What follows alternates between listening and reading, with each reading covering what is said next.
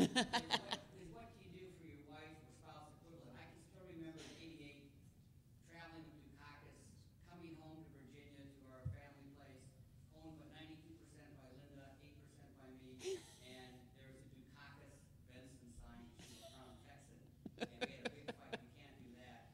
Or we're restoring actually an old house right now in North Carolina that was John McCain's ancestral home for distant cousins, and she wanted to put a McCain cousin for Obama sign in front. And we fought over that too. So that's the much more difficult question. Well, my wife was thrilled when I retired because for the first time in 20-plus years, she was able to go out and campaign, and she just had a great time.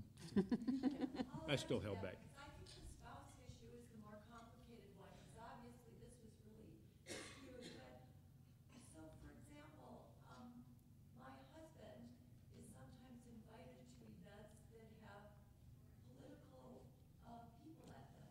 Do I go with him? Do I not go with him? So, in those situations, what would you all say? Well, I've certainly attended Lincoln Day dinners, but you do that. You can do that as a reporter. I mean, you're not necessarily aligning yourself by attending. I don't think. Yeah. I would say it's probably okay, something like that. I think the sign in the yard is a little bit different. I think if there's something that can be affiliated with you, like if you have a joint checking account and both your names are on it, I would not write a check from that. So I would say if your spouse can do something that keeps distance from you, it should work. Okay. One more, and then we'll have to move on. Go ahead. The spouse problem popped up this year, too, and it just shows you that my lifelong Republican actually wanted to write a check for Obama. So that shows you right after the Republican Party, ancestors going back 8 generations were spinning in their grave. But he didn't even tell me he was going to do it. I was traveling, and he just happened to mention several days later that he made his first ever campaign contribution, and I'm nearly freaked out. Yes, oh my God, you can't do that. We have the same name. I mean, the last bride America didn't change her name, and so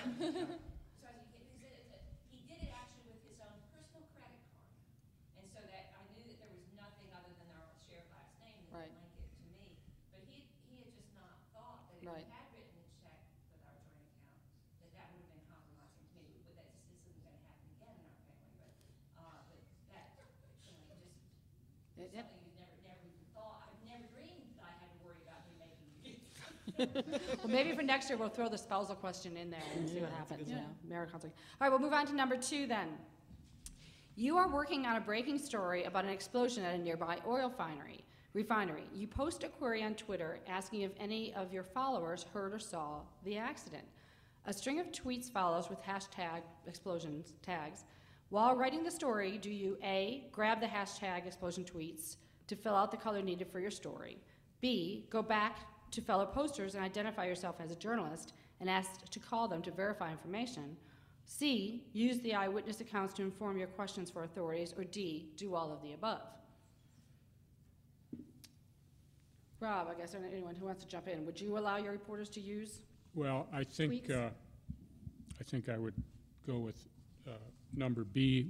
Those of us who went to the Twitter seminar the other day, he was really good about explaining how he feels it incumbent upon himself to go back through and verify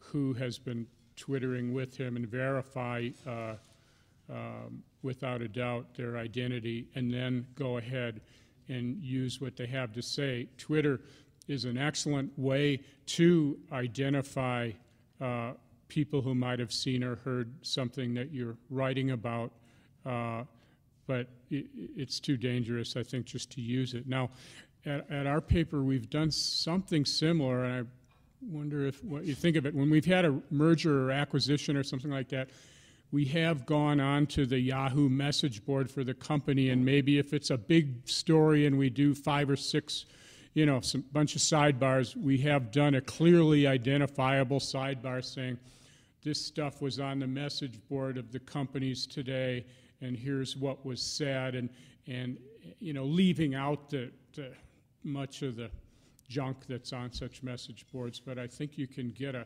decent flavor of the thinking and feelings inside the two companies that way. That's a little bit similar to this, and we have done it. Anyone else want to jump in? Those who've just joined us, come down front. There are clickers at the seats, but they tend to be down towards the front of the room, and will allow you to interact and to vote A, B, C, D with the clicker.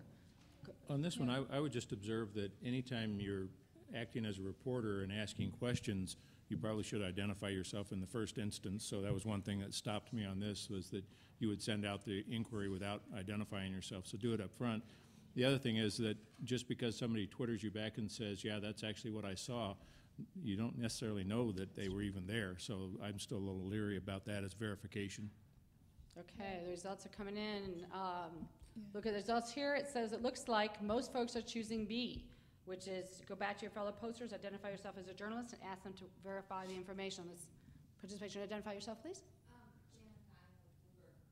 I think what's interesting about this question is that it assumes that there is a static product at the end of it. And I think that one of the things I keep hearing here, and I spent most of my career in print before I went over to Bloomberg, and now I'm on the website, is that the web allows your story to continuously change over time. And that's one of the things I don't see enough, I mean, I don't want to get too far afield here. In the print world is the ability to manipulate your stories on the web as you go forward. One of the reasons I think that our website, which has no RSS feeds, blogs, commentary, doesn't do anything web-like except put the news out, is that our stories change over time very, very quickly. And there's a discipline that comes in where you get the initial story, and then you get more information, and you rewrite it. And our reporters rewrite all day long. And it gets close to going to the professional service of the web. In this situation, why would you be able to, as a journalist, start your story out and say, I grabbed this feed from Twitter, here's my editing of the Twitter, then go back and continuously change the story as you go forward with your print story being the final product. Why would you be able to sort of manipulate that story throughout the online technology until you really got a finished product? Are you saying why wouldn't you be able to, or I mean, you're saying that we should be able to? I would say you could do all three of these things.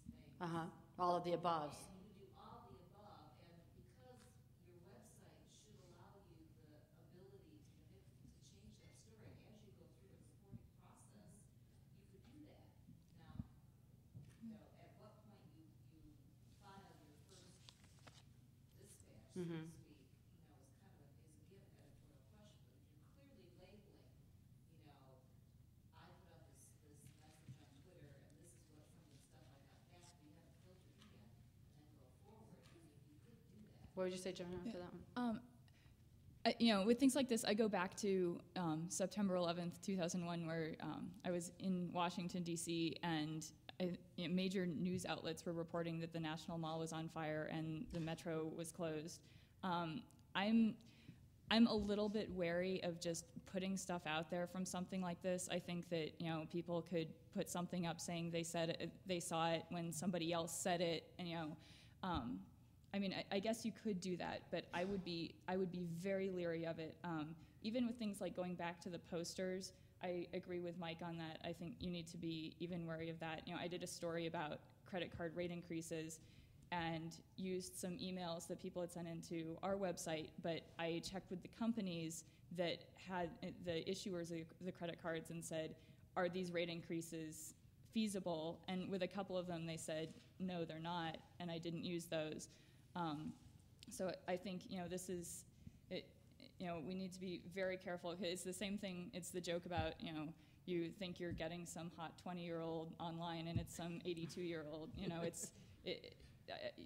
People can do things online and they can have a bravado about saying things.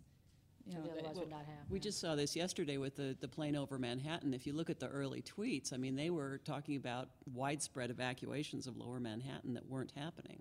So I would be very cautious. And working on the web, I know that there's a real desire to get things out, but I worry that we're going to undermine our own credibility, and that's what we've got.